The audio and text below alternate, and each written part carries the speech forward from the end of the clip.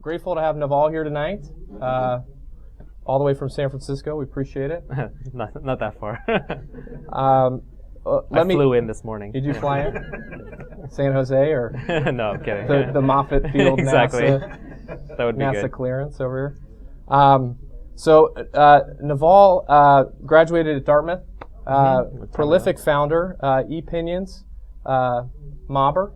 There's Vast. There's a whole bunch I will not confess to. No, it's good. Those are good confessions, right? So, more recently, AngelList, also a prolific angel investor. Companies like Stack Overflow, Foursquare, Xfire, Twitter. There are many, many more, and there's a great list online on AngelList you can go check out. But I thought we would start. We had a lot of great feedback from some of our people that attend monthly, and a lot of these guys have seen you speak before. Mm-hmm. So I had hoped, we could maybe do something a little bit different. First kind of hear about what your background is, before, kind of where you came from, how you got to, the right. Okay. This is the good startup grind chair. This is like, okay. Tell us a little bit about your family. Where did you grow up? Yeah. Where did your parents work? Tell us a little bit about your personal background. Can everyone hear me? Is this working? Is that good? Spencer? It's good? Okay. The funny thing is I don't really feel like I'm there yet. So maybe that's a disease. But I think once you feel like you're the underdog forever. So that doesn't go away. And I definitely feel like I'm the underdog. I mean, there's lots and lots of people in my community, in my peer group, that every time I go out with them, I feel like a complete loser. And that's what makes me get out of bed early in the morning. That's what keeps me up till late at night. And just once you have that piece in you, you're always going to have it. Where did it come from? I grew up half in India, half in New York. Sort of, classic rags to rags to rags story. So I think that kind of builds in a certain drive in you. Went to Dartmouth, couldn't hack it in physics, so I did CS and econ for a bit. Got bitten by the startup bug, moved out to Silicon Valley, and this place is just magical. And if you're here and you're not doing startups, then what are you doing here? Yeah. It's sort of like you're going to Hollywood and you don't have a script in your back pocket, or if you're in New York and you're not in finance, you're always sort of a second-class citizen in those towns. And I realized that I just did not like working in large anything, organized anything, or large groups of people, large companies, large religions. None of that stuff works for me. I just like small. And I think when people are, free to make their own choices and live the way that they want to, that they have the highest outcome. Mm-hmm. So started doing companies, and some of them were successful, some of them were not. And even in the ones that were successful, I necessarily didn't even do that well because I didn't understand the whole venture fundraising game. And over time, there was a time when I was pretty embittered by the whole game, and I realized that there was a game theory to venture capital, and the VCs were very good at it, and the entrepreneurs were not so good at it. Now, this was back in the early 2000s, late 90s, when it was a lot less transparent than it is today. So I started co-authoring Venture Hacks with my partner, Nivi. And that was a good public service, a blog. We were educating entrepreneurs. And then just kind of hated how inefficient the whole system was, and so we tried to productize with AngelList. And so with AngelList, we're directly hacking on the private fundraising industry. We're trying to democratize it. We're trying to make it more transparent, open, simple, available as a service. And we view it as a 20-year effort. So it's really fun. And in terms of, I've heard you say this before. You're not in it. It's not something you're into. You don't charge startups. You don't take a cut of these deals. I mean, what is it? Is it really as pure as it looks? I mean, what is the deep motivation for doing it? Is it solving these problems that you've had, or is it? The very deep motivation is Silicon Valley is a very small place, and there are two ways to kind of operate in Silicon Valley. Because it's very hit-driven, there's like all these lottery winners that, and I'm sure we all know them, right? There's nothing as damaging to your sense of self-being as watching a friend get rich, undeservedly so. And believe me, when it happens to somebody else, they're all undeserving. That's I didn't make that up. That's Mark Twain, by the way. And so you can play the game as a one-move player. You can say, I'm going to do whatever it takes to make a lot of money, and you can screw everybody along the way. But then you only get one shot. And there are a lot of people who play Silicon Valley that way. And the other way is to say, that it's a very small community and it's a very long-term game. I'm going to be here forever. So given that, there is such a thing as karma. And like even today, I'm working with the same people that I worked with 5, 10, 15 years ago. I'm just working with the best ones out of that set. And they choose to work with me because I treated them well and because they treated me well. Yeah.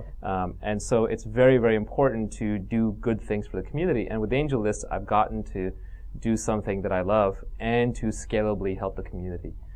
You can help people one coffee meeting at a time, but that does not scale. You can help people sort of, one advisory board at a time, but that doesn't scale. You can help them one investment at a time, it doesn't scale. And as entrepreneurs, we have to build products to solve problems so that we're not solving the same problem over and over. And so that's what I'm doing with AngelList. And if I make money out of it, that would be great. And I think there are obvious and many ways to do that down the line. Yep. But I model it very much after Craigslist. It's called AngelList because of Craigslist. And although I'm not Craig's, I couldn't call it Craigslist. And Naval's List doesn't sound right. I like it. No, not really. It's well, failing many Angel's times. catchier. Yeah. Good branding, right? Good halo. Good domain. So really, it's very much like Craigslist, where you build a thin introduction service, create an efficient market where there wasn't before, and you really don't tax any of the existing entities or existing players. And if a business model emerges, it'll be a natural one that helps the community rather than hurts the community down the line. So who in this room? So who in this room has a startup? Raise your hand, or is a founder or part of a startup? Cool. Okay, keep your hands raised. So who in this room? Keep your hand up if you've submitted your startup to AngelList. Okay. And keep your hand up if you've received funding off of AngelList. Probably no one. Yeah. So I mean, there's some Still amazing infancy, success stories, right? I mean, like you see these people. I mean, this was kind of my misconception when I submitted to AngelList was, I had originally looked at it as like, this is going to save me. Like, right. Oh, I'm going to submit. Instant money. Yeah, it's going to be like, those dumb commercials from the .com era where it's like, you hit the button and it goes live and it's like, boom, like, all these orders are coming in. It's like, I'm going to be, Cristal parties and stuff. I wish, and that would be a great goal and a great outcome, but I don't control the funding market. That is the market. I'll honestly say we've had something like 9,000 startups apply to AngelList, of whom we've probably selected and sent out 500 in the email blasts, and most of the rest just kind of rot on the site, honestly. And of those 500, maybe 300 have really gotten funded, maybe as high as 400, but it's hard for us to track. There are some big names in there, like if you see the TechCrunch Disrupt winner, just now GetAround, they raised their seed round partially through AngelList. They were founded right over here at Over by NASA, right? Branch Out, Uber, so there's some very big names in there. A lot of small companies you've never heard of. We just got one company funded in Bangalore by another investor in Bangalore. So we introduce guys who live less than a kilometer away. But the startup market is very hit-driven. The distribution of outcomes is very severe. You have the Zyngas and the Facebooks and the Twitter at one end, and then you have the long tail of startups on the other end. And the financing market works the same way. So the majority of startups are not financeable. But the few that are do extremely well. So we're trying to close that gap a bit. But it's a long ways from that steep curve distribution to getting every worthy startup funded. That, by the way, is our mission: get every worthy startup funded. Well, and I think I took it as we weren't worthy. I didn't take it. You're not there yet. Well, exactly. I mean, I took it as like, hey, you know what? Like, there are people that have success on this platform, so I know it works, and we don't have the indicators that match what these guys are doing. I mean, GetAround's an interesting example because, I saw them and I haven't really followed them, but. I mean, I had lunch with one of the founders maybe 18 months ago. I mean, they've been working on this project a very long time, hardly any funding. They had their initial seed funding, and now, here they are 18 months later. I mean, you read about these 3-month successes who get bought by Yahoo, but I think in reality, most of these founders, it's a 5-year program. Yeah, I don't think those 3-month successes exist. I think if they do, then that founder has been working on that problem or a variation of it for years and years. If you look at even Twitter, like Evan Williams has been working on blogging his entire life, or like the problem of micro-publishing. Dorsey's been thinking about it. Dorsey's been thinking about it forever. AngelList, this is, you could say we're 15 months in since we started AngelList, but I've started some variation of AngelList every year for the last 4 years. So this is actually my 4th attempt. So what happens is when you work on a problem long enough, and as startups, what you're doing is you're solving a problem society does not yet know how to solve. By definition, you're doing something brand new. So other people don't know how to do it, and there are plenty of smart people out there. So the only way we're going to figure it out is by being really smart and really sticking to it for a long time. Yeah. And if you're not willing to do that, if you're looking for that lottery ticket outcome, it does happen. And Silicon Valley is the kind of place where people win the lottery 1 in 100 or 1 in 1,000 as opposed to 1 in 50 million the rest of the world. But that's still a very bad ratio. Bad odds, yeah, it's really bad odds. So you graduated from Dartmouth Computer Science, and then you founded ePinions in.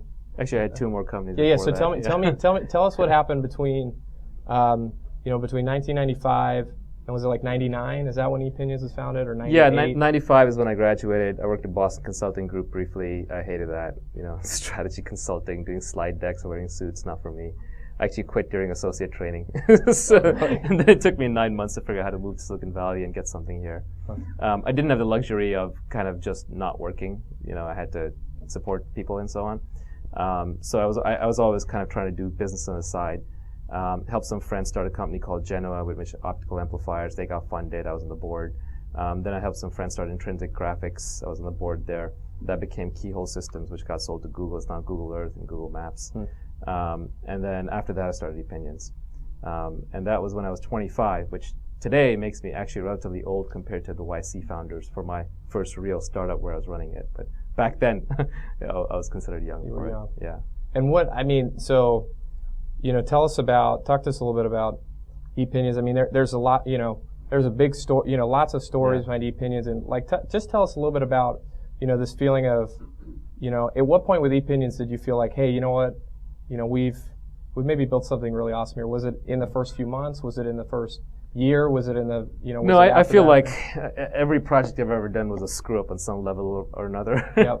And ePinions basically made every mistake in the book. And luckily, those actually really informed what I did with Vast. So I made a whole new set of mistakes there.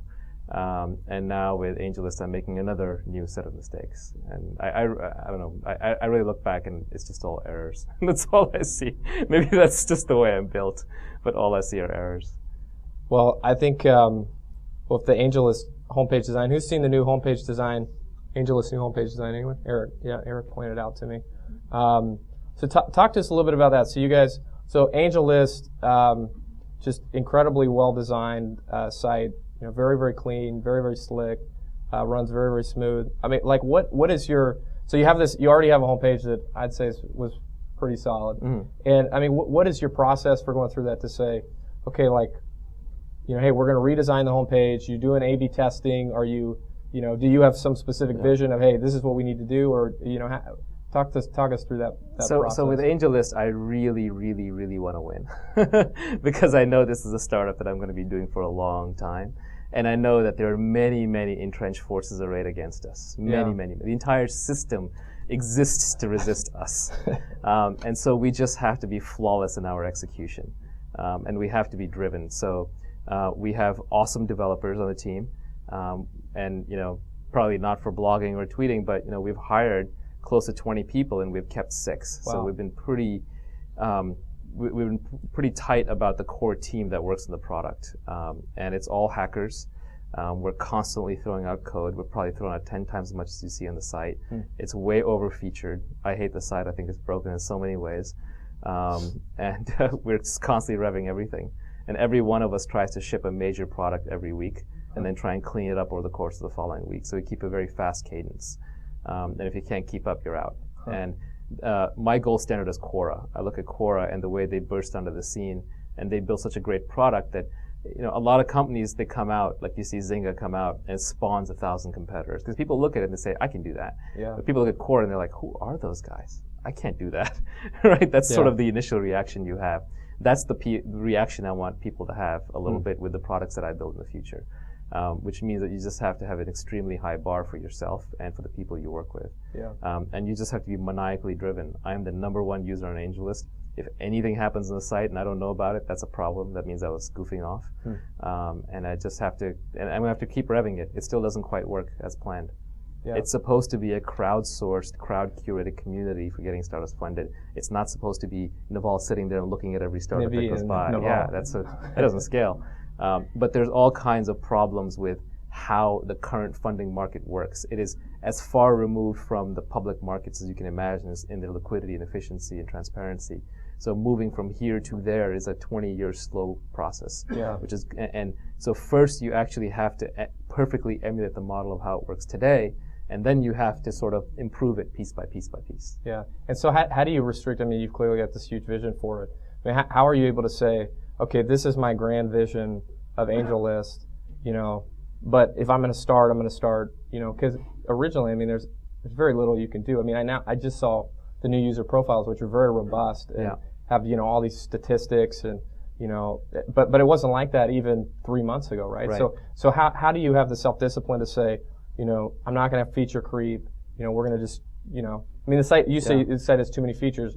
I think most people that use it would say it's like got the perfect set of features, or it's got enough features, So, I mean, how do you balance those two things? It's really hard. We do cut features out, probably not fast or hard enough. We're constantly redoing them. That's just a taste thing. I still think we have too many. Like Eric sitting there has a good eye for sort of minimalist features, I think. Yeah. And I took some inspiration from him, and he took some inspiration from me.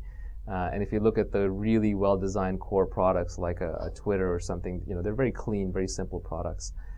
So I think you have to err on the side of simplicity, because most people's natural inclination is to add too many things, and it confuses the end user. So I'll know when AngelList is done when I've stripped away every feature and it still works.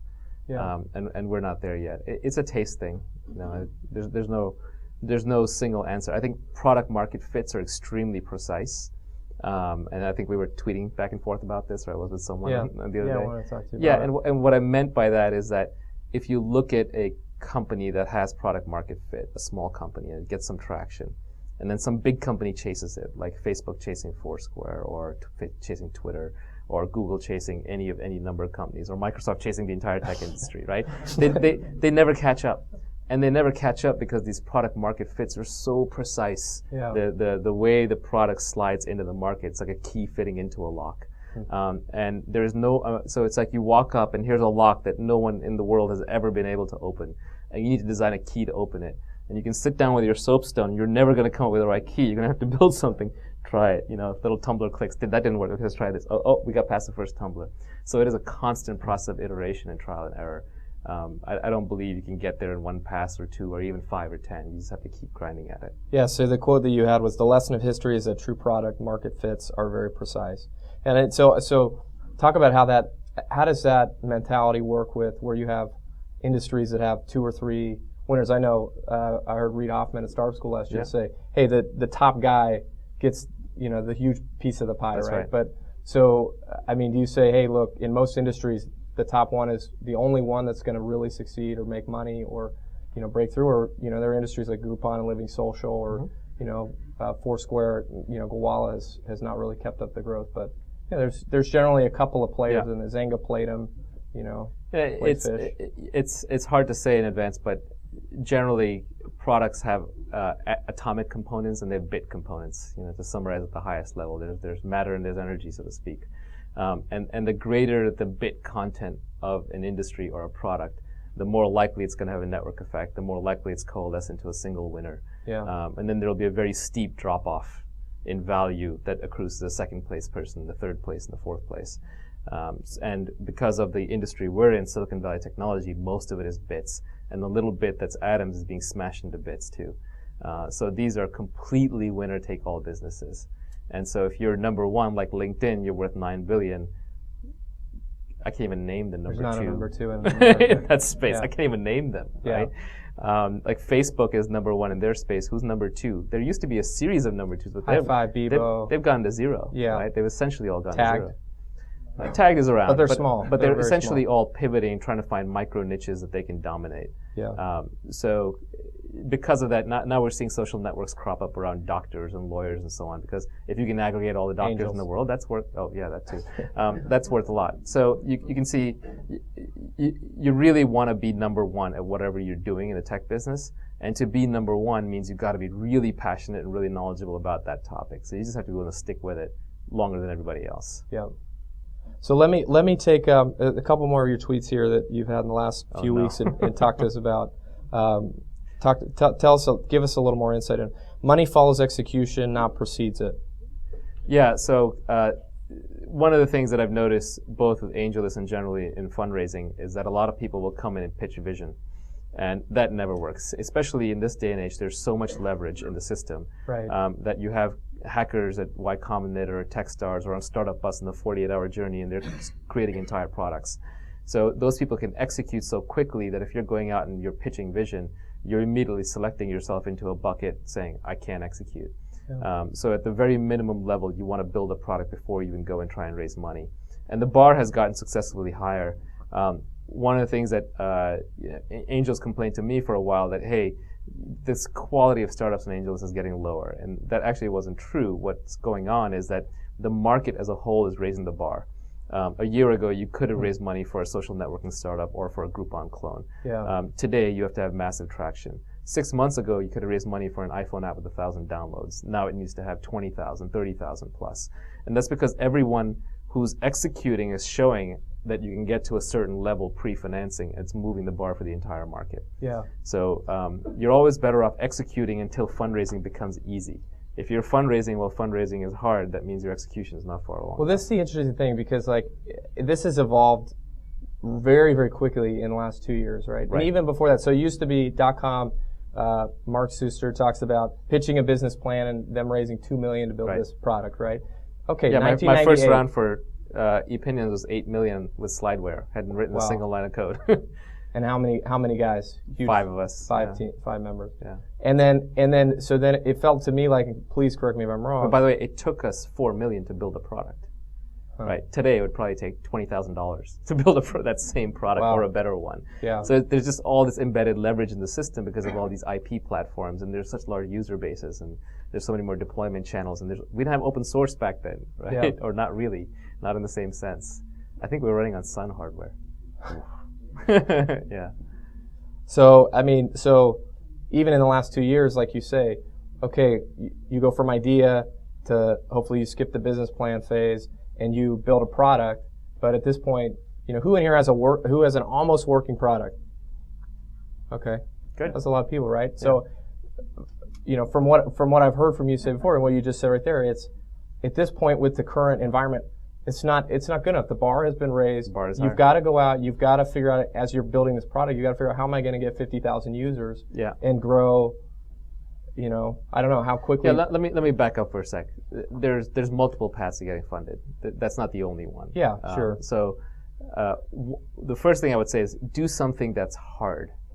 Do something that's hard for other people to do as well. Either it could be because you're crazy passionate about it. So you've just been doing it for so long, you're going to stick with it for so long, you'll do it better. But it could also be because you're coming out of some school and it's your PhD thesis, or you've got some guy who's been studying the problem for a long time and has some unique angle on it. So it is good to do something that's hard and a little unique. I think people have gotten too much into derivative. They see an iPhone app, they're like, well, I'll do a variation of this. I think that's difficult. Now, how do you get funded? There's basically 4 factors that investors look for. And it's not an average. It's not like you're saying 5 points on this one, 6 points on this one, and then you go over some threshold. That's not how it works. People who are making a decision to invest are making an emotional decision. At the end of the day, they're gambling. These are gamblers. I was an angel investor in 50 companies. I was a professional gambler. And so as a gambler, you're working on emotion and instinct. Reason is just sort of this thing hanging out in the background that used to justify your decision after you made it. So what you're really looking for is you're looking for a startup that hits a 10 in something you care about, 10 out of 10. And then you fall in love with that startup. If that startup's smart, they'll get you to write that check before your hormones settle back down. So that's why speed and simultaneous movement in fundraising is very important. Once you get people excited, you've got to move them to the close. Time is the enemy of any deal, and no more so than fundraising. So what are the 4 things you can get people excited about? One is you can get them really excited about a team. You can say, oh, I got this ex-Googler engineer. I've got these, 2 Facebook guys, Stanford PhDs, those kinds of things people get excited about. Different for different sectors. Yeah. If you're doing a brand marketing play, it might be, I've got this great Procter & Gamble guy who launched this huge product for him. I just had a startup come in from Australia that, you look at it on paper, you'd be like, they're making some big claims. Yeah, who knows? But in their advisory board, they have Gordon Bell, who's, heads Microsoft Research and is the inventor of many, many huge things. And he's a legend, huge Wikipedia entry devoted to him, and he's a confirmed advisor. So that immediately gives them credibility and validation. So having someone on the team who's truly exceptional, like a 10 out of 10 can be one way to do it. Another is you have great traction. You're just growing really fast. At that point, no one has to guess why. You just are. Yeah. A third one would be like, you're like Quora. You have a great product. You have a product that you look at it, you're like, wow, I didn't really know that was possible. And those kinds of things are really achievable when new technologies arrive. So HTML5, mass adoption is coming out. If something like WebGL is starting to take off, first implementations of Unity in mobile games.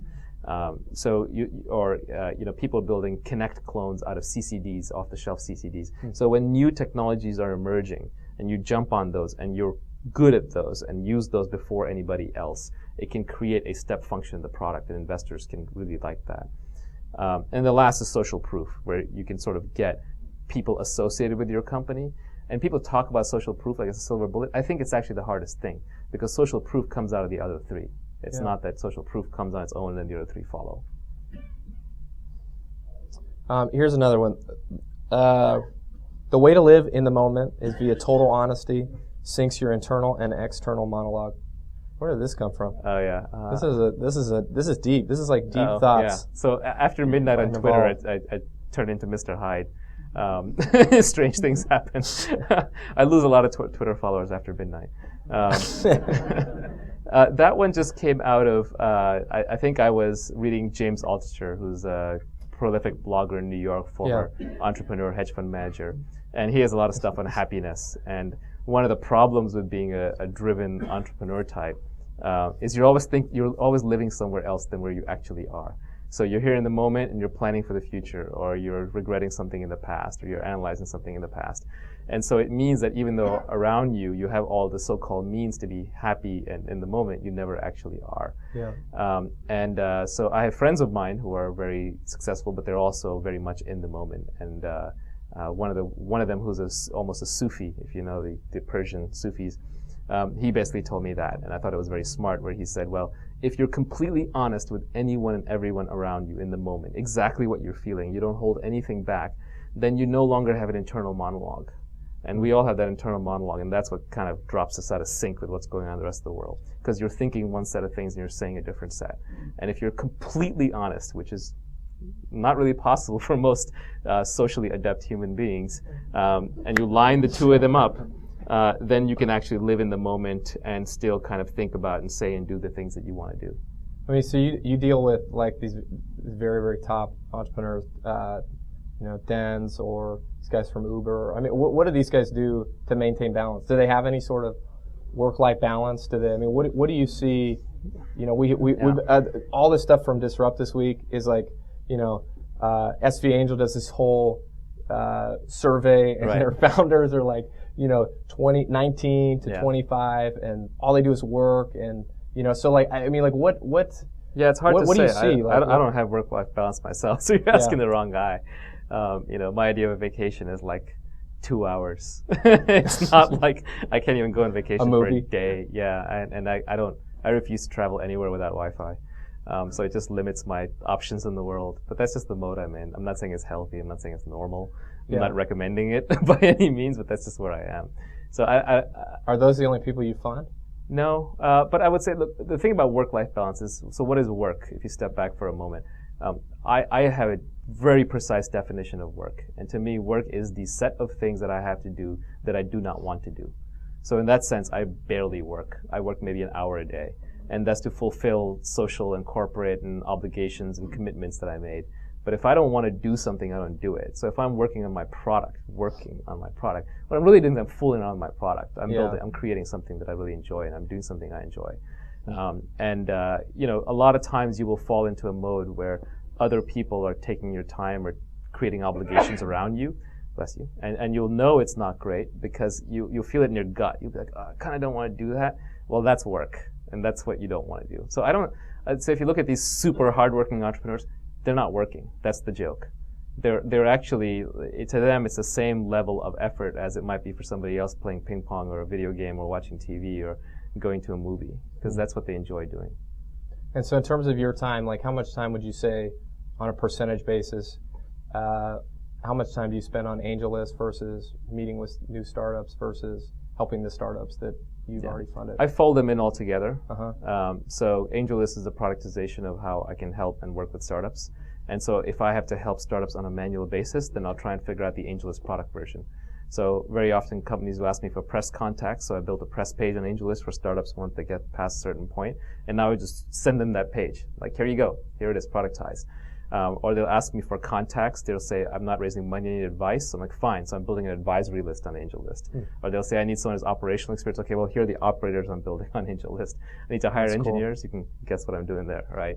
So it kind of, it's okay to do something manually once, twice, 3 times, 5 times. But if you're doing it manually for the 50th time, then you don't understand what Silicon Valley is all about. Yeah. Right?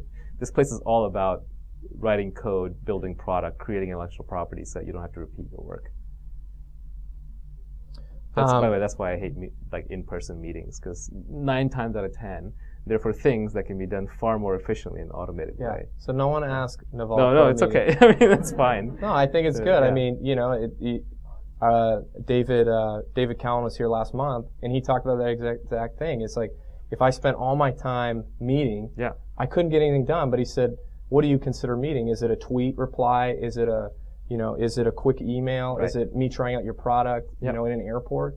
And, you know, that to me, that's a meeting. You know, if he tries out my product, hey, we just met for 10 minutes and I couldn't explain it, but hopefully you got it, or my product probably sucks. Right. So, it's an opportunity cost. There are 20 to 40 startups coming in every day on AngelList. I got to read all their business plans. I can give feedback to a lot of them. I can probably get 1 or 2 of them funded that day. And so if I take time out for 3 1-hour meetings, 3 1-hour coffee meetings, or running around, that's it. I didn't get to help those startups that day. Yeah. So those are end startups that didn't get help because I chose to take these meetings. So you just have to look at the opportunity cost of your time. Okay, last one here. The greatest tech companies, Google, Facebook, Twitter, Apple, don't partner. Coincidence, ? Yeah. There's a lot of lessons that I learned over the years about how to build a company, and they were all through mistakes, because before you make your own mistakes, you listen to all kinds of advice. You go to these events, people give you advice in one ear, out the other, right? But what happens is when you make your own mistakes, then their words ring true. Then you have the facts and the theory is the hook on which you can hang your facts. Yeah. And then over time, you can build up this repertoire of experiences. So there's just a whole bunch of things like that I've learned. And one of those is don't do partnerships. It's just that simple. You should always resist, fight, struggle, push back against doing partnerships. And I know that is so counter to everything you learn going to business school or talking to people or whatever. So what does the biz dev guy do? Code? I don't know.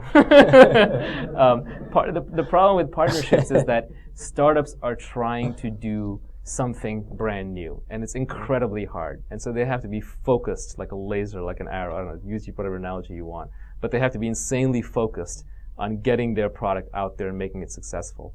And building a great product these days is so hard that if you suddenly have to deal with a partner, and the partnerships always start the same way. It's always like, well, don't worry, we just want to use the product the way you have it. There's no difference needed. It will just suck up your management time. It'll suck up your execution time. And the partnerships never work out the way it's planned. If you take 2 companies, you know, this one has a user base of 5 million people, and this one has a user base of 3 million people, and they're all kind of the same people, same demographics, and you match them together, the Venn diagram overlap will be like 20 people are actually interested in each other's product, because they came to those companies for a very specific reason with a very specific mindset, in a very specific way. So user bases and customer bases rarely translate. Even on the enterprise side, people do a lot of sales deals, but the other person's sales force is never properly incented to sell your product. Yeah. So the history of successful partnerships is extremely rare, and your company will die the death of 1,000 cuts because your biz dev guys bring in partnerships all day long. The engineers are tearing their hair out trying to keep up, and they can't build a core product out. So it's okay to do partnerships once you have won your market, or once you're in a very dominant position, you can take a few risks on the side. Or if that true company-making deal comes along, and the way you'll know it is that the guy you're partnering with is literally 100 times the size of you. So that even when you lose 90 or 95% of their traffic or sales force or user base or customer base, it still has a huge impact on you. But partnerships of equals, mid-sized companies, just a waste of time. So I've got a couple of questions that are kind of rapid fire. Just if you were a first-time entrepreneur, what would you do? Type of things. Well, sure. Well, these are a little loaded, but that's fine. And then we'll take a couple of questions from the audience. As you're thinking about those, please be thinking about kind of things that will apply to the whole group that everyone can get benefit of, not just your specific situation. So if you were a first-time entrepreneur, would you apply for Y Combinator or the other incubators? It depends what position I was in. The first thing I would do, the absolute first thing I would do, is I would go recruit the absolute best engineer or engineers I could find. That is bar none, paramount, number one. And I would do whatever it took to put myself in the community of great engineers and recruit those people. The Y Combinators, the Techstars, Angel Pads, IO Ventures, I consider these sort of the new graduate schools for entrepreneurship. And they're great if you need a small amount of cash and you need a little bit of hand-holding to build your initial product. But if you've got runway for 6 months on your own, and if you've got a great engineering team, then I don't think you necessarily need them. Yeah. What about events like Disrupt or Launch? I mean, is that something that you? I have my own feelings about. I've never where companies actually launched a company at any of those. Yeah. And I think there's an adverse selection bias to those things by and large. They can be good for generating press. If you need kind of that initial bit of press or traffic or coverage, whatever, if your business can benefit from that, and I don't think many can. It's good if you're that guy from out of town with that great startup that no one's somehow not noticed, and that has happened. It's not that rare, actually. But by and large, I always have a little bit of a suspicion about entrepreneurs who spend a little too much time networking or going to conferences, right? Because that's time that's coming out of execution. Mm-hmm. So if you were a first-time entrepreneur, it sounds like you kind of answered this, but would you bootstrap or raise money? What would you? So the first thing you do is hire the best engineers you knew or could find. You don't have to hire them. You just have to work with them, partner with them. Yeah, you have to get them to agree to join you. Yeah. So in that sense, like working at a company where they're just top-shelf engineers is actually the best thing you can do for your career. In fact, what you want to do is you want to find that complete loser company that is a year away from imploding and going out of business. So you're not really going to Twitter or Facebook. If you want to make money, go to Twitter or Facebook or LinkedIn or whatever by all means. But if you're trying to be truly an entrepreneur, go to that completely loser company that you know is not going to make it. But what they did was they picked a project that was incredibly ambitious. Like they're like, we're going to make Linux run in JavaScript, whatever. And so it's the kind of thing that's going to attract all the great engineers because they're like, that's a hard problem. Man, I really want to solve that cool problem, right? Or they're building like, I don't know, Nintendo emulators and Casio wristwatches, or they're writing, natural language compilers. Have you seen that pitch? No, I'm just making stuff up. But you basically want to go where all the irrationally smart rocket scientists are going to end up.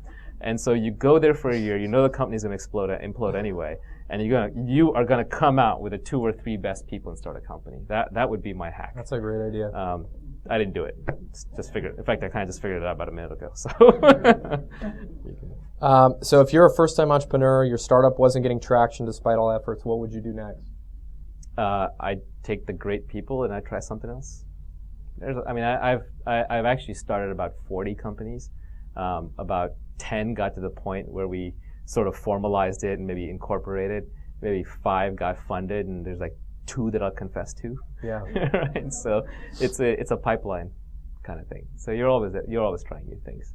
By the way, I see companies on AngelList now, which were products that I'd worked on years ago, and I look at them like, wow, thank God I didn't do that. Because when you see it a little further along, in your mind, when you come up with it, of course everything's going to work. But then when you actually see it, you're like, I never used that. And then you think that, you're like, wait, I spent 6 months of my life on that.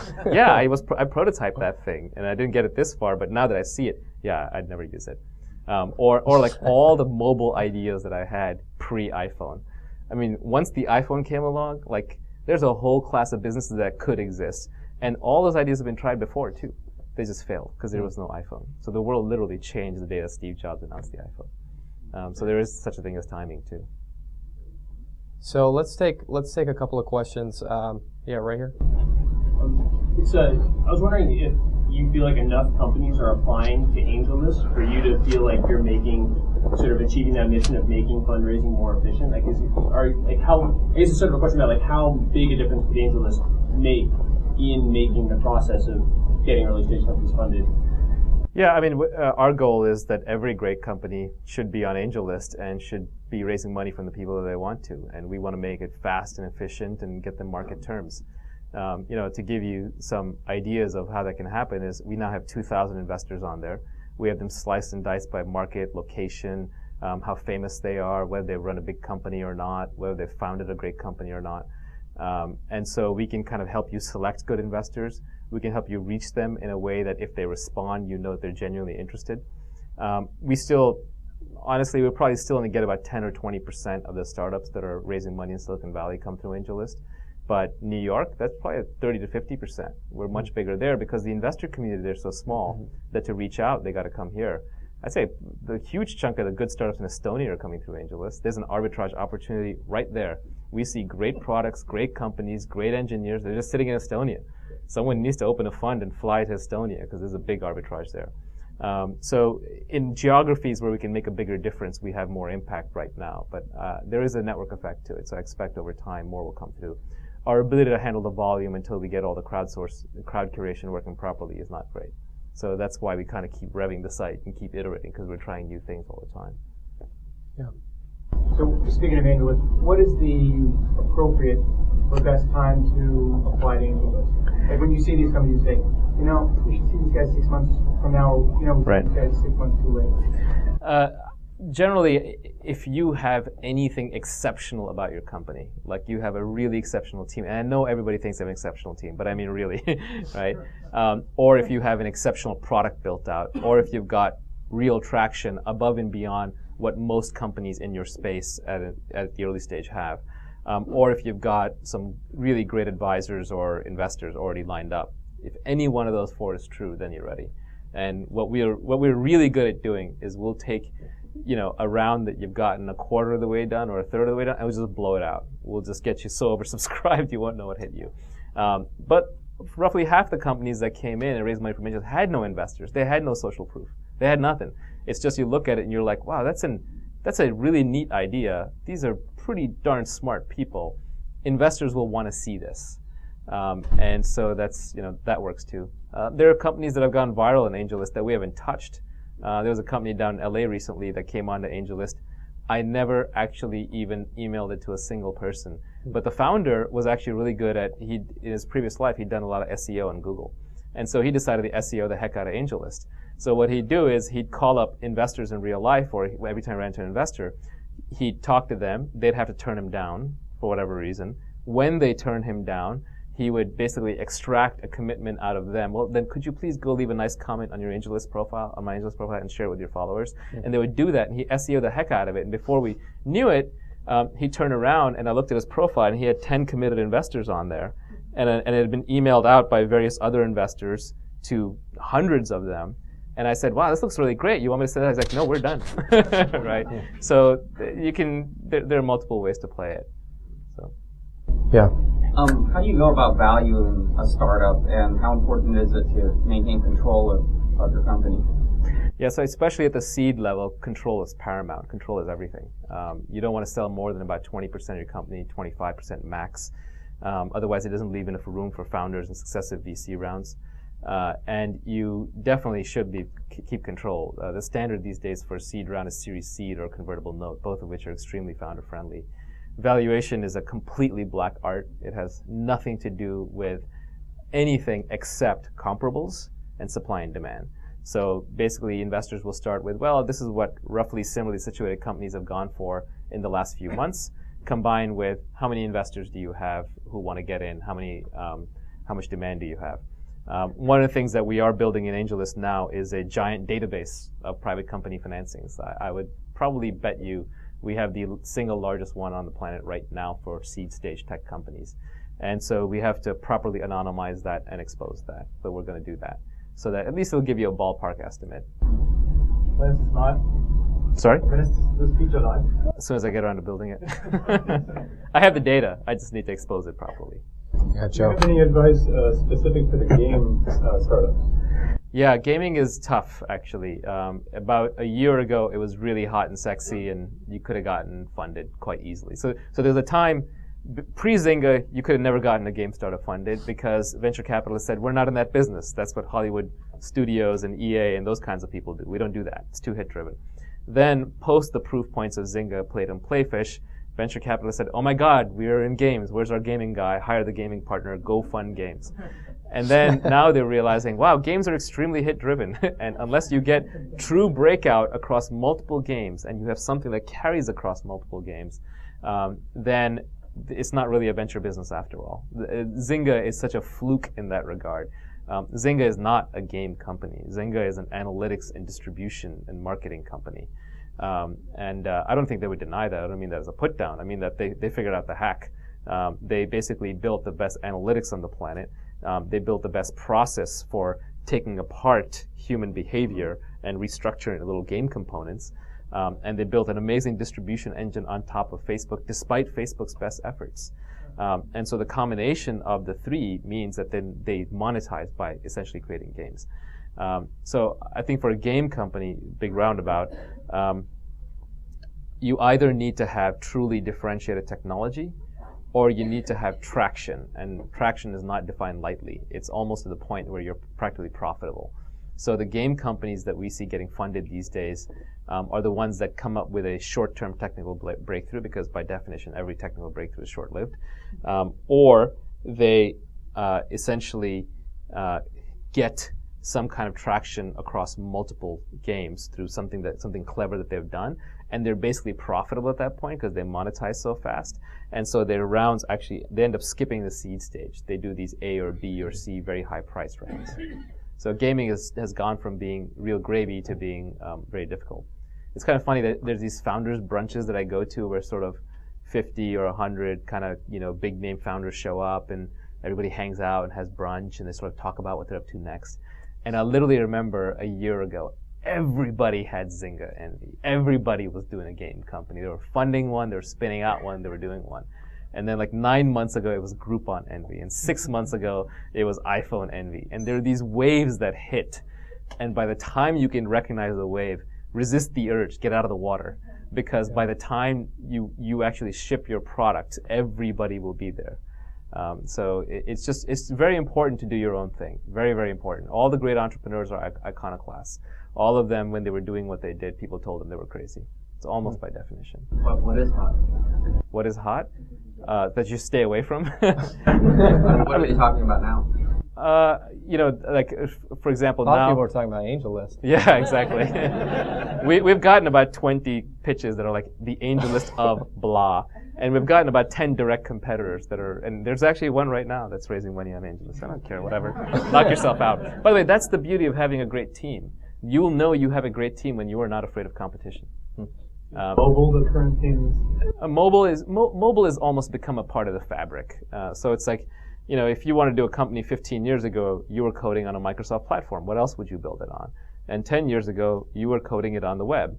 And there was a brief moment in time when you were doing it on, Facebook applications and so on before everybody realized, well, wait, that's somebody else's platform. It's not an open system. But now, you'd almost have to ask yourself, why am I not building a mobile app? Mobile is the platform that's going to have far more reach than the classic web desktop computing environment does. So I think most companies by default start with mobile. Mobile is like air and water now. It's like part of the background. So calling yourself a mobile startup, I think, will be a meaningless phrase in a year or two.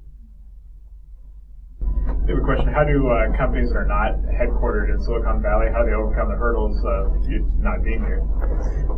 In terms of fundraising or anything else? Yeah, whether it's on fundraising specifically, whether it's on AngelList or just in general. There are multiple ways to do it. I think there are now other hubs in which you are fundable. You will take a valuation hit.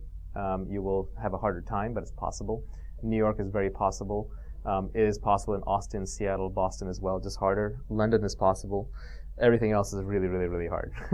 You just have to get a lot more traction. You could create an office out here, but it's not enough just to have your sales guy out here. You have to commit to having a founder spend at least half their time out here. It's sort of ironic. You would expect that capital is the most liquid thing.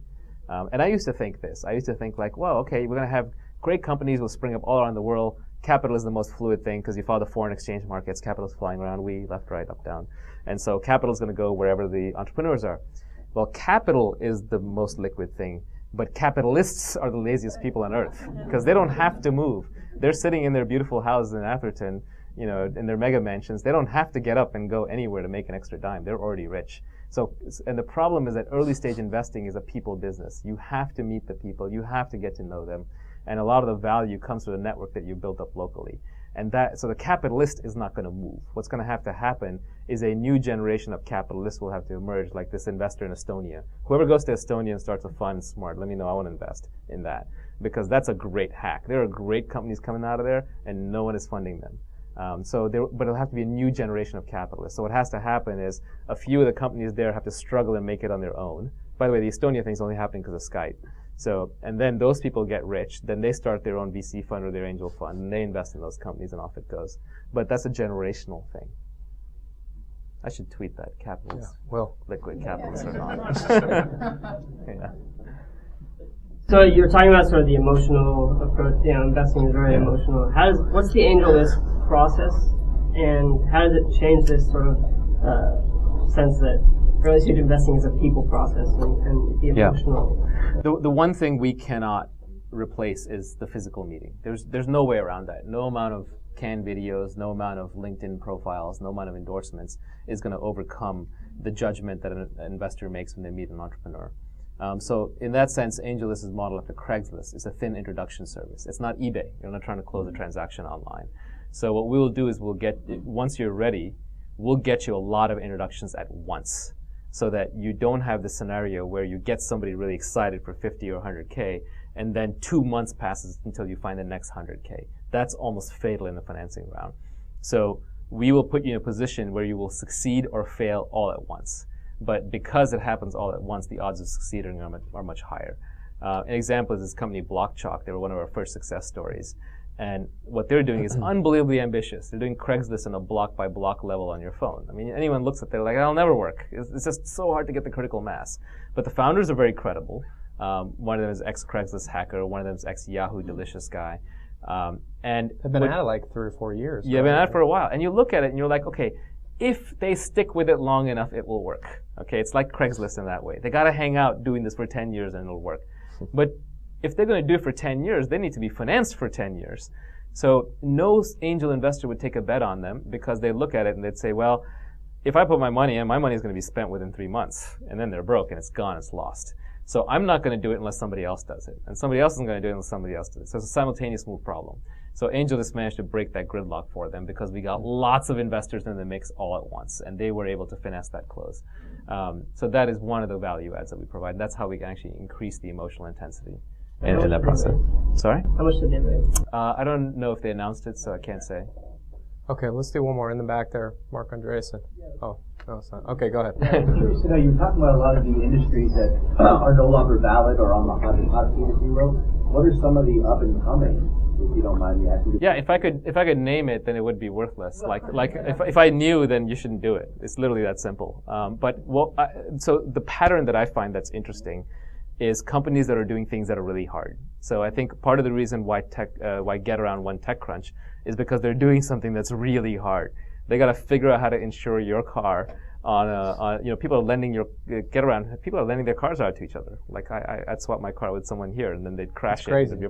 It's insane, right? Yeah, it's crazy. So you need to build a hardware box to handle the lock key unlocking. You need to write mobile phone software to do it. You need to basically have a reputation system. You need to hack the insurance system. It's really hard.